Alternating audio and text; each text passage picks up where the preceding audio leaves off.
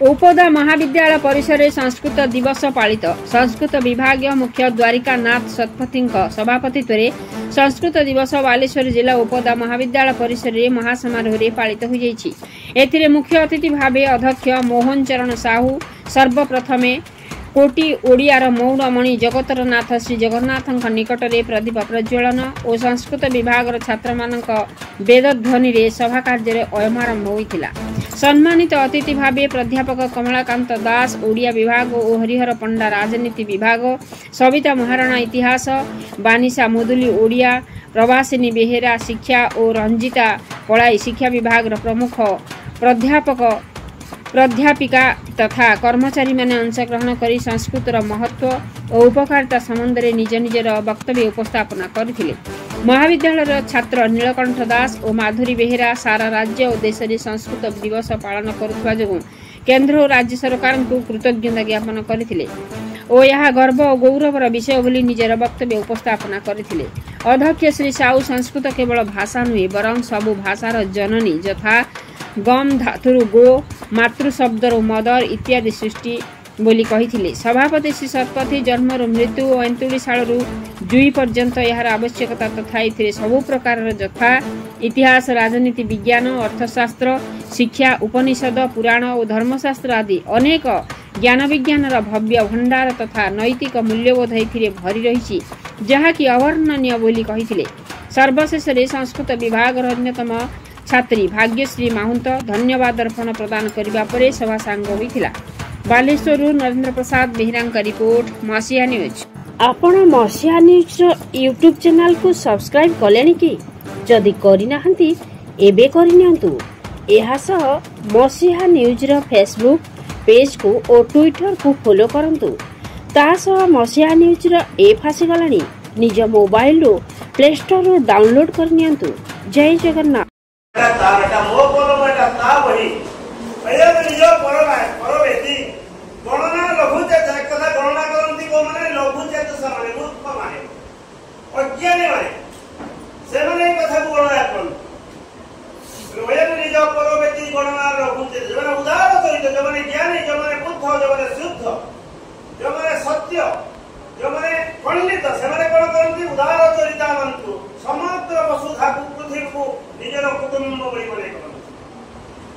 अमूल्य बाणी संस्कृत छड़ा कौन सी भाषा नहीं पारे ना।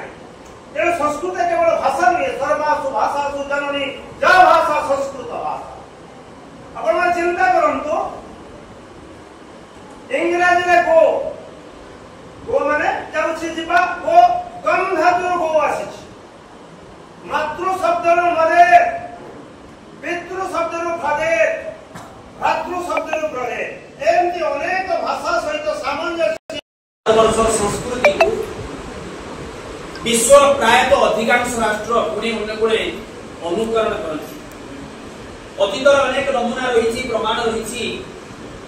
ए भारतवर्ष को शिक्षा ग्रहण करने विदेश अनेक दार्शनिक शिक्षक अध्यापक वैज्ञानिक विभिन्न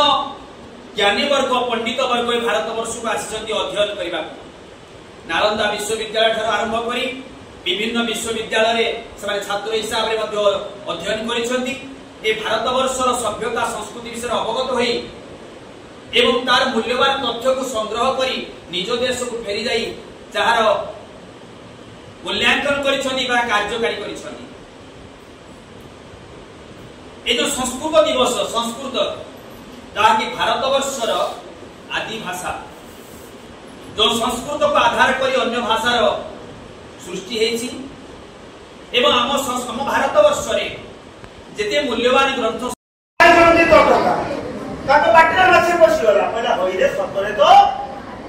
अर्थनीति कौन पूर्ण सारे जानते मो संस्कृत कौन अच्छे प्रयास कौन शिक्षा को वेदांत हूँ 6 प्रकार शिक्षा कल्प निरुक्त व्याकरण छंद ज्योतिष अच्छी शिक्षा प्रयास फिलोसफी की दर्शन रामायण में ही के मोटार हरि में ही के मोटार सो कॉल में ना मोटार प्रत्येक मनुष्य मनुष्य है ना केंद्र जीवन कहला कुआ कोला कोई कोला कोला को जल पाती किंतु कुआ के कोई कोई कोन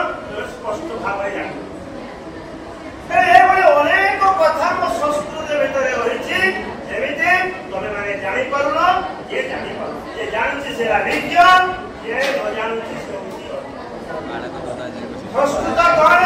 ना संस्कृत संस्कृत सम्यक भाव जहाँ करिवो ताहला संस्कृत संस्कृति कौन राधाष्टमी व्रत संस्कृत जन्माष्टमी व्रत संस्कृति का व्रत बुझिपार छुआ ए होजे संस्कृत ए होजे संस्कृत भगवान अनेन मार्गेण गच्छतु अनेन मार्गेण गमनेन भवतः किमपि असुविधा न भविष्यति एई बाट देखि जा एई बाट देखि गले तो किछि असुविधा हो नाही एकथा म संस्कृत कहि दी यदि बाट हुड़िले बाटई होइबु बणा निगम संसार पथवती अजना